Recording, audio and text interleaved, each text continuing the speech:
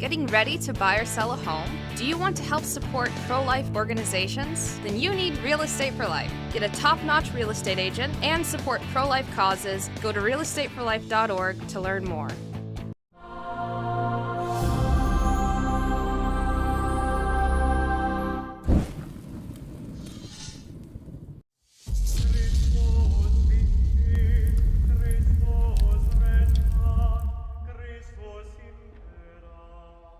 Believe in me, see into unquenchable fire, where the worm dieth not.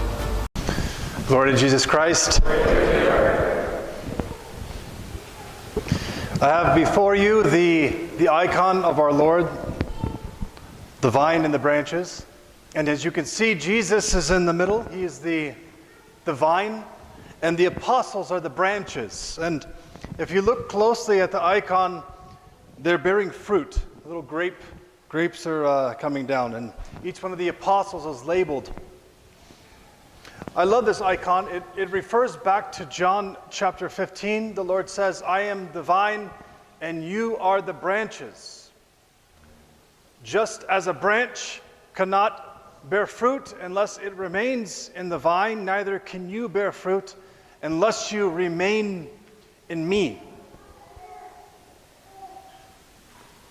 Remain, is in the present tense.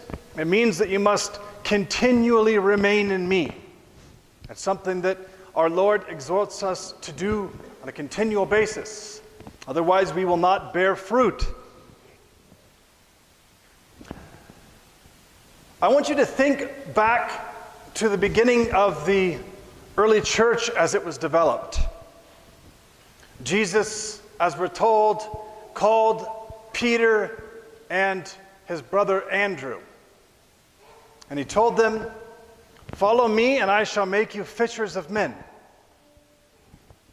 And the fish which they catch, being men, are the fruits which they bear. And in Scripture, we're referred to as fruits and first fruits. In other words, we are the result of their labor.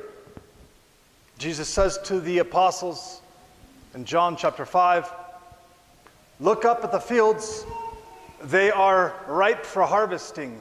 Pray that the Lord of harvest would send harvesters. The labors of the apostles are the nations. Oftentimes when we think about the church, we unfortunately misunderstand what the church is really all about. We think of kind of hierarchies and powers and who gets to be in charge and who gets to tell who what to do. But this was never really the vision of Christ in calling his apostles and calling his church. What he was really interested was bearing the fruits of new souls harvested for him to reap. So when I think of the church throughout the world, the apostolic church, I can't help but think of it as something more like a family. It's more like a family. So when I see Peter up here, and I see Paul over here, I think of Rome and Antioch. That's what I think about. When I see Mark, I think of Egypt. When I see Thomas, I think of India. See? When I see the various apostles, I think about their people. I think of Andrew, I think of Constantinople. I think of the fruits of their people.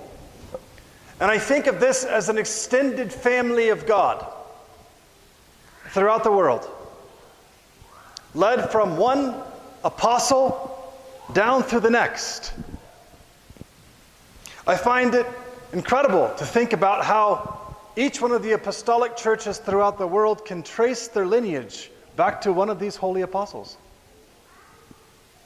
They're their spiritual fathers throughout all of the known world. They're their fathers, and we are the children of the apostles as well. Somewhere along the way, one of the holy apostles made another apostle, that made an apostle, that made an apostle, that brought you into the Holy Church. You're the fruit of the holy apostles. This transforms the way that we look at one another. When we look at each other as like competing ecclesiologies, competing churches, what we do is we end up looking for who can be the victor, who can win at the end of the day. But when you actually think from the model that Christ established, which is a model of a new family, you realize that a broken home can never actually have a victor. And no one says, how wonderful that my mom was beat up by my dad. No one says, how wonderful that my brother beat up my other brother and stole his children. No one finds that wonderful. When you think of the church as a family, no one thinks of that as great. In fact, you would think of that as sick, truly sick in the mind. But when we understand each other as the fruits of the labor as Christ, as the true vine, and the apostles as the branches, then you begin to appreciate one another. And not only that, your heart is broken over division. It's broken over division. I don't know why, but since I can remember, I always had a great heart for the unity of the church. And I think maybe just the biblical imagery was so profoundly clear to me as I read the Holy Scriptures as a young man that I never kind of saw it any other way than the need for the body of Christ not to be broken to bits, okay, but to be in true harmony, in peace, in fellowship. You know, I oftentimes, when I'm driving down the street, like to listen to Coptic chants. I love Coptic chants. I love the way that it uplifts my soul. I love the simplicity of it. Okay, I love the humility of it. I love the way that it draws my mind to the Lord, to the simplicity of the gospel, right? I also love Gregorian chant. I love Gregorian chant when I'm trying to study, when I'm trying to think. It elevates the mind. It draws us up. It makes us think of the big structure of the world, of the church. I don't need to say to you that I love Byzantine chant, because of course I love Byzantine chant the most. It gives me the most transcendent experience. It draws me close to the transcendence of God. You know, you can appreciate the children of the holy apostles and the beauty of what they bring to the church and its universality without feeling the need to make it oppose one another. Really, I mean, truly, to embrace life, it's much more enjoyable to benefit from all of the good that surrounds us than to try to paint certain things as the better versus the worst. Well, you can decide. You can evaluate your life and see what brings most fruit, what brings you most appreciation for God's church, what brings you closer in relationship to Him. It's your call. You get to decide what you want to do. But I want to propose this as the clearest model of ecclesiology. This is the clearest model of what the church is. It's a family. It's brought together by the power of the Holy Spirit. We are adopted children of God. We eat His precious body and blood and we become His members. We're baptized into His death and resurrection. It's a family with diversity, and in that diversity is created the greatest unity. The fruits, which you and I are, demonstrate the way in which we relate to our family.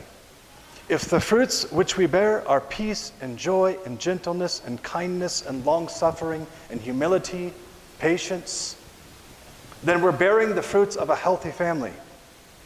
If the fruits which we bear are hatred and envy and maliciousness and strife and evil and anger and backbiting, then the fruits of our family are distorted and ugly.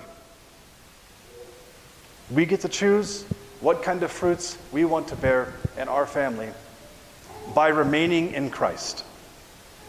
Amen.